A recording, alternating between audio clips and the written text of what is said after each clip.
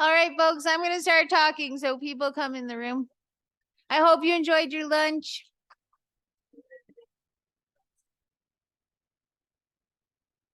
All the people in the San Luis Valley are so wonderful to work with, especially those caterers. So if you have any event, please contact them. They also have a food truck in town. So if you're here tonight or tomorrow, it's called the Moki Food Truck. And there is, I learned today, also is Oktoberfest. So after the conference, if you want to go to Oktoberfest, you can do that. Other fun things that we didn't really get to experience that I tried to set up, the International Seed-Based Restoration Network has a new movie out about seed-based restoration. And have you guys seen it? Yes. I will send the link in e-news. So there's one place here, if you ever come back, called Frontier Inn, and it's a lodge, like lodging arrangements, but they have a drive-in. So I tried to get them to show the movie, but they didn't. But if you come back, you could do that. Also, there's lots of great hot springs here. Orient Land Trust, Joyful Journey, Hooper Pool. Hooper Pool has a new name. I don't know what it is. And then, of course, we have our field trips. I do have a campsite in O'Haver Lake. If anyone is heading home over Poncha Pass and wants to stop at O'Haver Lake, let me know. And the other thing I want to say is I am not going to give my talk about the National Native Seed Strategy, but I'm for sale to any chapter.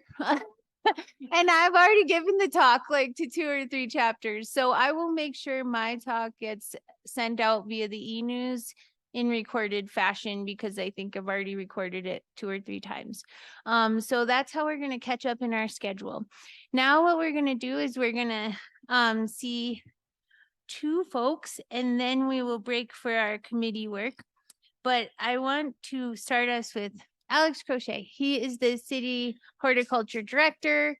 You know, I talk a lot about Alex, and there's a lot of important Alexes. If you've ever been confused while I've been speaking, we have Alex Smith, board president, Alex Crochet, vice president, the guy who owns Western Native Seed, Alex Thomason, the woman who runs the propagation side of Harlequins, Alex Bruce, my daughter's boyfriend, Alex Brown.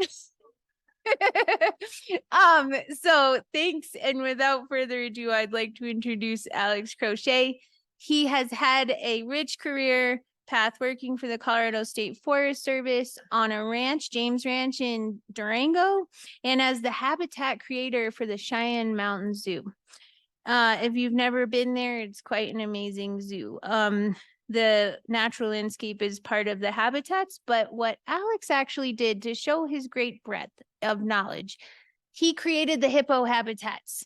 So the antithesis of native plant habitat production. But now that's what he does. He lives in Colorado Springs with Sandwich, his pup, and he tends to gardens and paints. He painted the award, the Lifetime Achievement Award, which we will discuss after these talks. And then also he has a silent auction item, a painting he made out in the bookstore. Go check it out. That's actually the only silent auction item that's here in the flesh. So without further ado, thank you. And please invite Alex Crochet.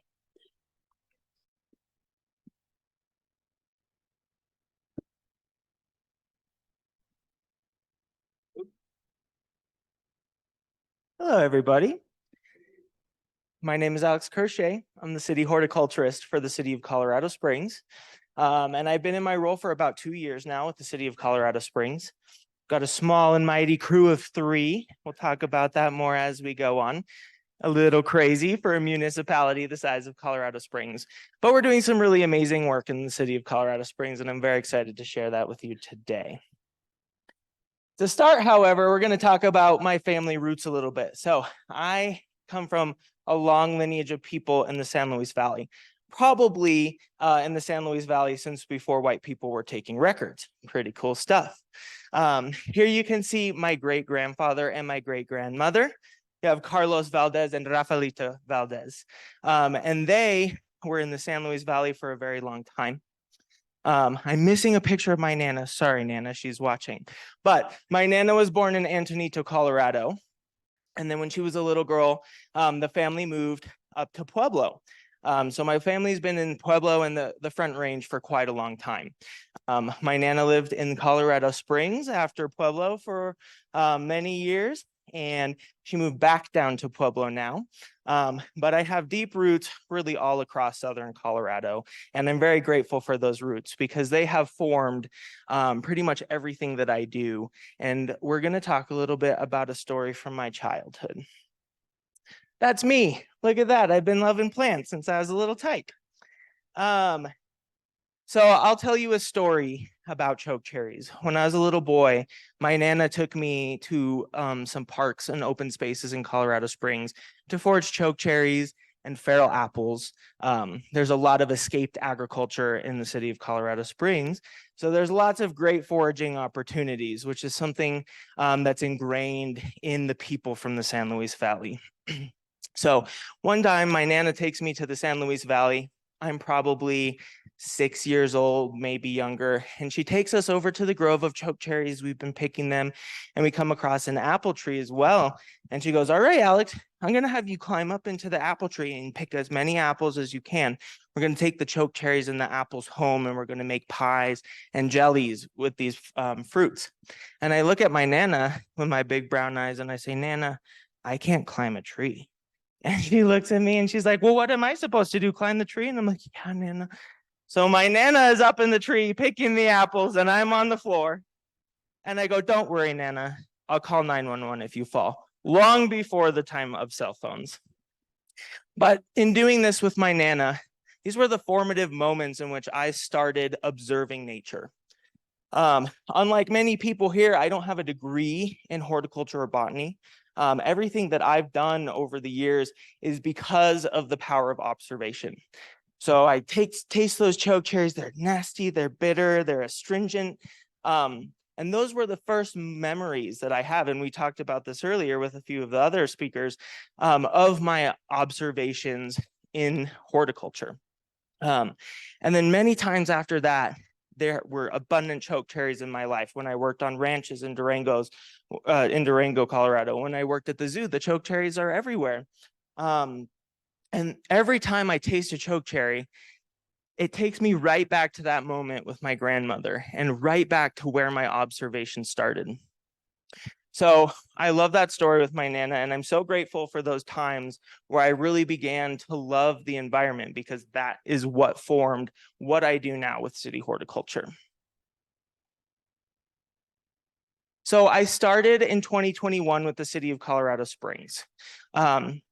City horticulture in Colorado Springs is traditionally annual flowers only, about 65,000 on average, give or take. That's a ton of flowers. And we have really pretty state-of-the-art greenhouses at the city of Colorado Springs. And we would grow these crops of annuals, and then they would be done. But we had to heat and cool these greenhouses always because of the utilities inside the greenhouses. And it just felt like such a waste to me that we were heating and cooling these empty greenhouses year round. So we started really small, collecting seed, taking cuttings in the city greenhouses. And unfortunately, we had a fire in our historic greenhouses. So I lost my first crops to this fire. Everything got covered in lead. And so the first crop of native plants was not a success. So then when everything died, I was like, let's ramp it up, double, triple. So we really started growing native plants. And as you can see, my soil mix is very, very different than that of every nursery I have ever come across in my professional career, close to 10 years now. The horticultural standard is peat moss. And peat moss, as you know, is not something that exists in Colorado. And it is a non-renewable resource that I really had a hard time wrapping my mind around growing plants and then using these plants out in the field. Where do you see beautiful loamy soil in Colorado? Not really many places. So the power of observation is what I started doing. And we started mixing our own soil with aggregates, with road bases. And we tried many different road bases. And we started having really incredible success. We were trying things in pots. We were trying things in soil blocks. And since I started with the city, we've really started to kind of perfect how to grow this plant material.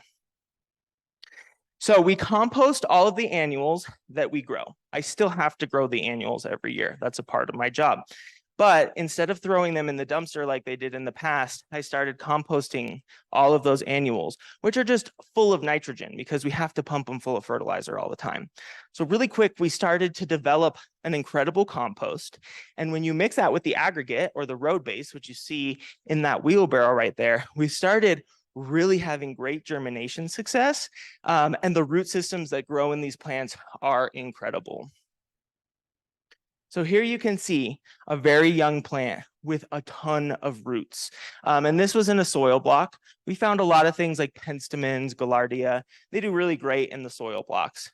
Unfortunately, the soil blocks are kind of difficult for us, especially in revegetation efforts. It's hard to get soil blocks out to the field. So we really did kind of resort to using plastic again. But you can just see that robust root system on those plants, and you'll be hard pressed, in my opinion, to find a root system that good grown in a peat-based soil from a nursery. So then we were like, all right, let's keep going. We started taking a ton of stem cuttings. And here you can see the first cottonwood that we really took from a cutting and turned into a plant. And that root system is just beautiful. So by 2022, we produced about 8,000 native trees, shrubs, forbs, grasses, and then we started riparian plants. So when we first started doing this, there weren't riparians being produced at all, but there was a need in the city to get riparian plants going. So when we started growing the riparian plants, we started getting more requests for the riparian plants. So I'd almost say it's kind of our specialty at this point in the city greenhouses. I've got a really wonderful staff, and we'll get to that in a little bit. But they have been a huge part of our success growing these riparian plants. You can see that's a Sagittaria, also known as Wapato. And that root is as long as my arm, and I'm a big guy. That's a pretty giant root system. So we really started ramping up production. We do a ton of willows, a ton of sedges and rushes. We've had great success with horsetail as well. But all of a sudden, we are getting requests from CDOT for plant material. We're getting requests from rangers for plant material. So my crew and I go out and we collect willow and cottonwood cuttings regularly because there's pretty much not enough.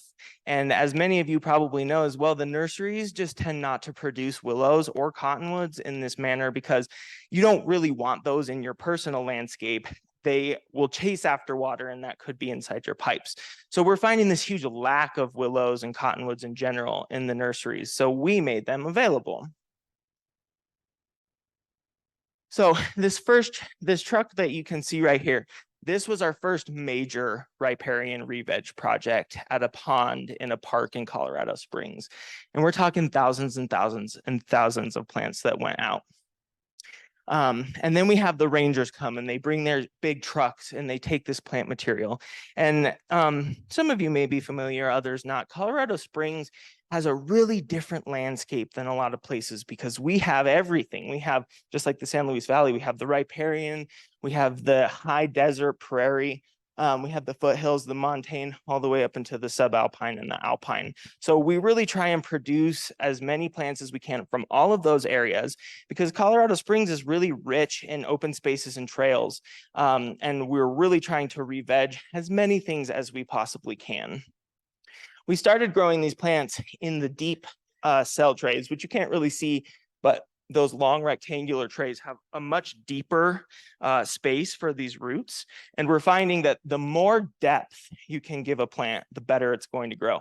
The width doesn't really matter in a pot so much as the depth. So we try and grow them as deep as possible. I also try and grow in as many sizes as possible because a ranger can take that plant material a lot easier when you're carrying a tray of 50 out into the field rather than the 1 gallons. But I think that all of those different sizes have a place in our growing operations at City Horticulture. We also spend a lot of time trying to add native plants into the urban landscape throughout Colorado Springs. Colorado Springs is one of the only municipalities in the state that is not founded on a river. So we don't have an ample water source like a lot of places in Colorado Springs. And that means that one day there's going to be a decision made that says, bluegrass is not going to get the water. There are other places that need the water before the bluegrass. So we're starting to do these median changes. Municipal buildings are getting this plant material, and not everywhere wants them. Colorado Springs is a very diverse place, and a lot of people move to the springs from the east. And so there's this vision in Colorado Springs right now of these giant elm trees and these maples and the bluegrass and they want it to look lush. But the reality of Colorado Springs is we are heavy in shrubs and we are heavy in grasses. That is the landscape in Colorado Springs. So we're starting to make changes, but I'm really trying to pick plant material that is showy because these people are used to seeing annuals that flower all summer and just big color. So I'm trying to use the plant material that we know blooms for longer periods of time, has really great color or structure, because in the long perpetual winter that we have in Colorado Springs, there needs to be winter interest in these landscapes. So the native plants are great for that.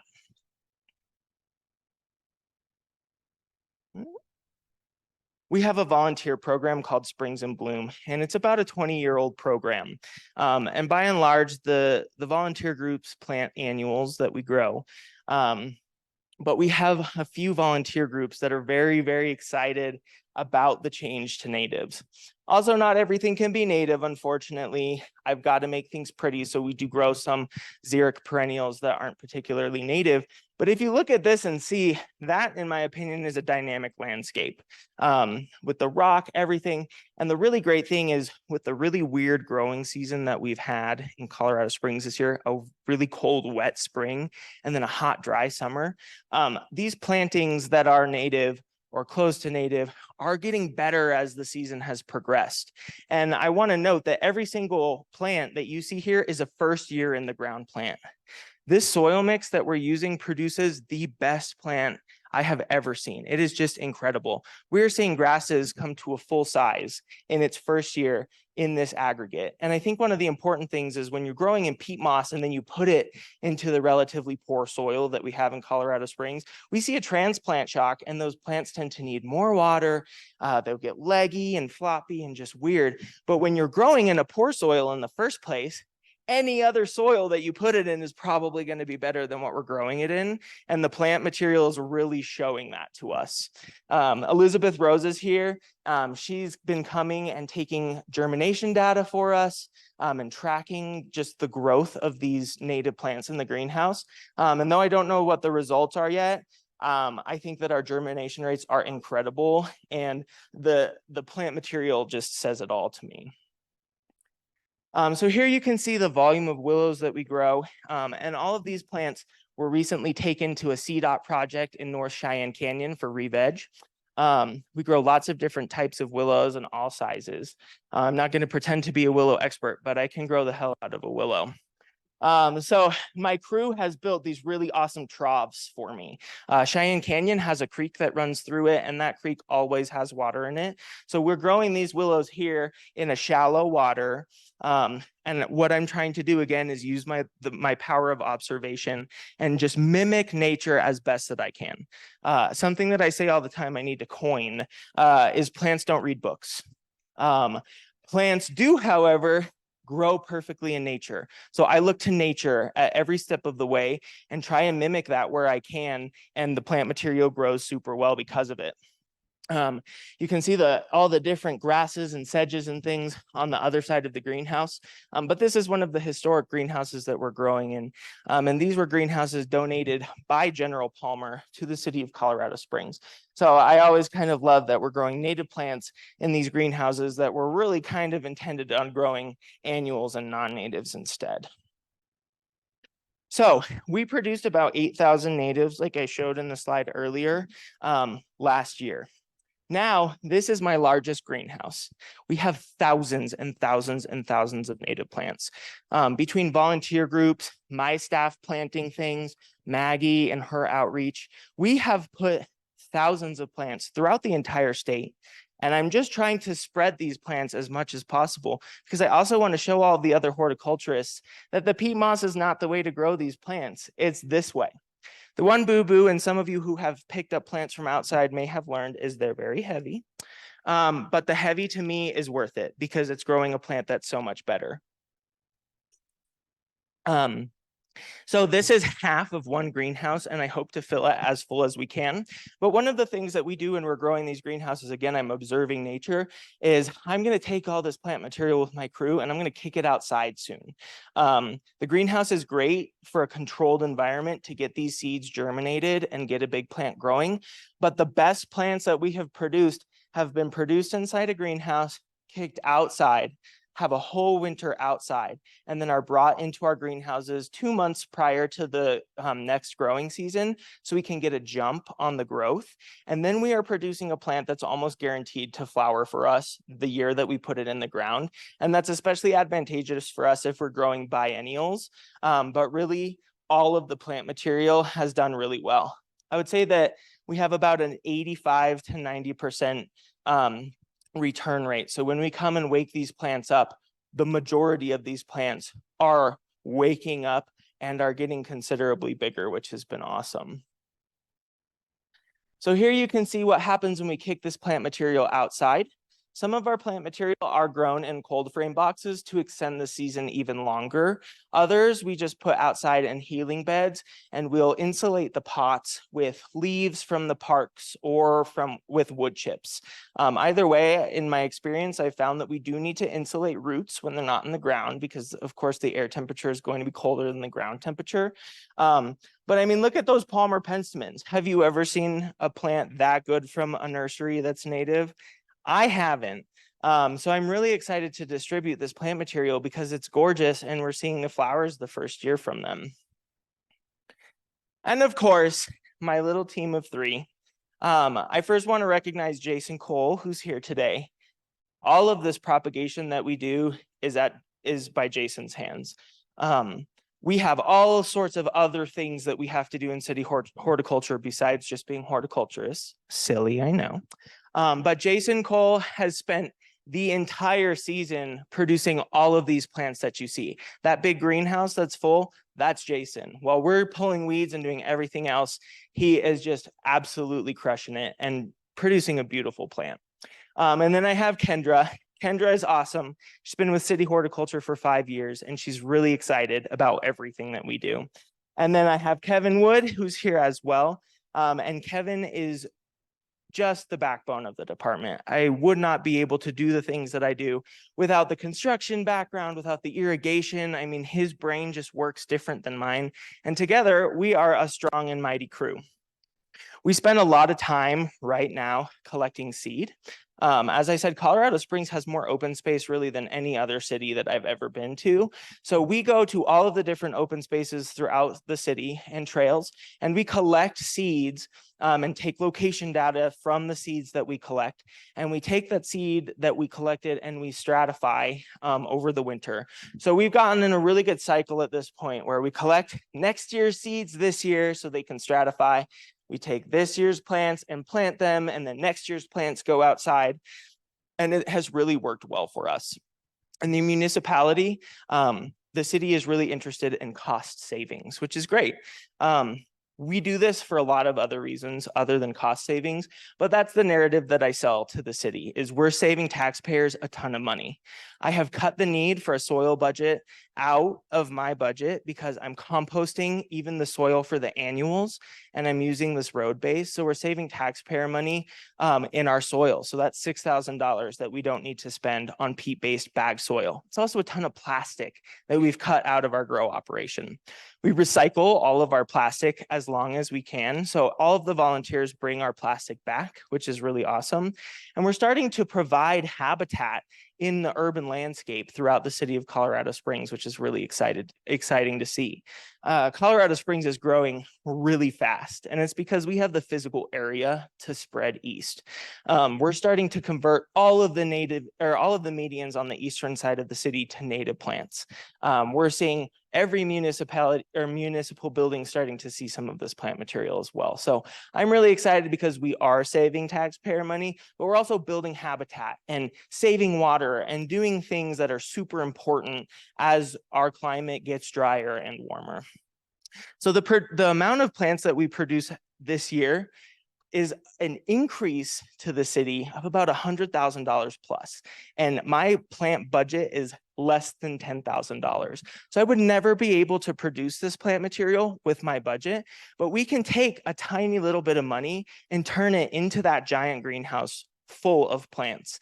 And I'm really excited to see the legacy that we create as things progress throughout the city, because never in the city of Colorado Springs history has this many plants gone out into the landscape, both natural and urban. So I'm really excited for the future, and we're going to keep ramping up every year until that big decision gets made one day and they say, we don't need annuals anymore. Let's keep going with the native plants.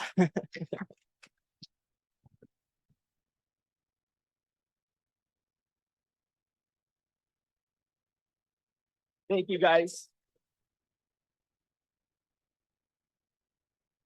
Oh, I can answer questions. I'm sorry.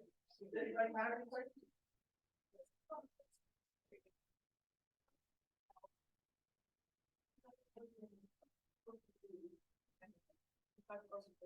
Hail is hard in Colorado Springs.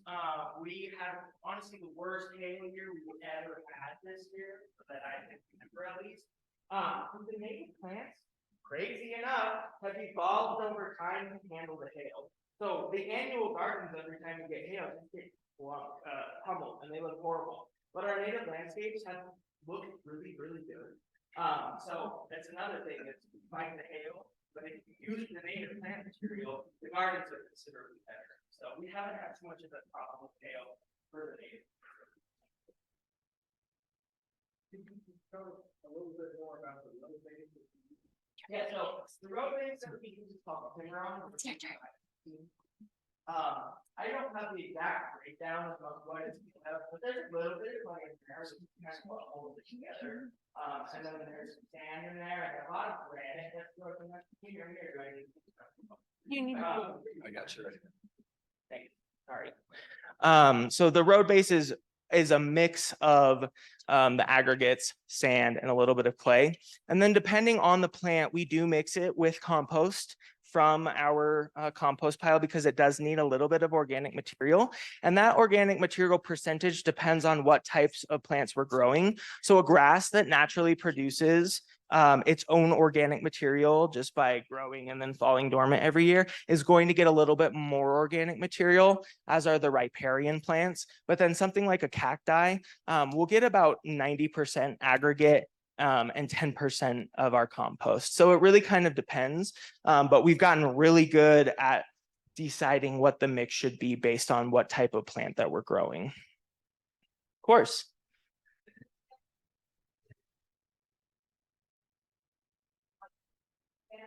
Yes, please. So we do a little bit of that. I won't lie, choke cherry are one of the plants that we struggle with growing. The seed isn't very viable for us all the time, but we are producing what we can in those areas. And we do a lot of stem cuttings of the more xeric shrubs as well. So we found that a lot of these xeric shrubs take the water. And so when we're starting to irrigate some of these seedlings regularly, we're finding big growth happen with some of the more xeric species. So we actually tend to water everything pretty regularly. And then as we know that plant material is going out, we may pull water back a little bit. But we do try and produce as many shrubs as we can, because Colorado Springs has a richer shrub environment than it does forbs. Colorado Springs is shrubs and grasses.